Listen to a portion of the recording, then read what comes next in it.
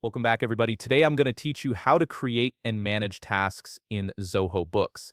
This feature helps you stay organized by tracking important work items and assigning them to team members directly within your accounting platform. Let's start by heading over to the Zoho Books website at zoho.com/books and logging into your account.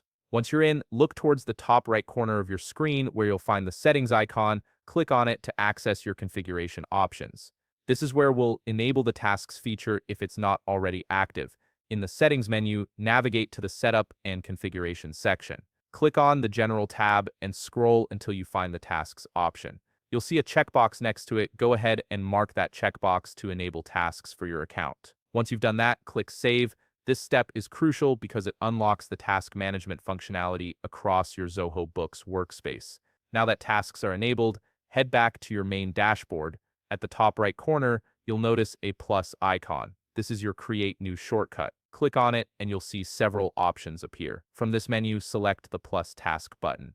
This opens up the task creation window where you can define all the details. First, enter a clear title for your task in the title field. This should describe exactly what needs to be done. Next, look for the Assign to field where you'll select which user should be responsible for completing this task. If you want that person to receive an email notification about the assignment, check the Notify User via Email option.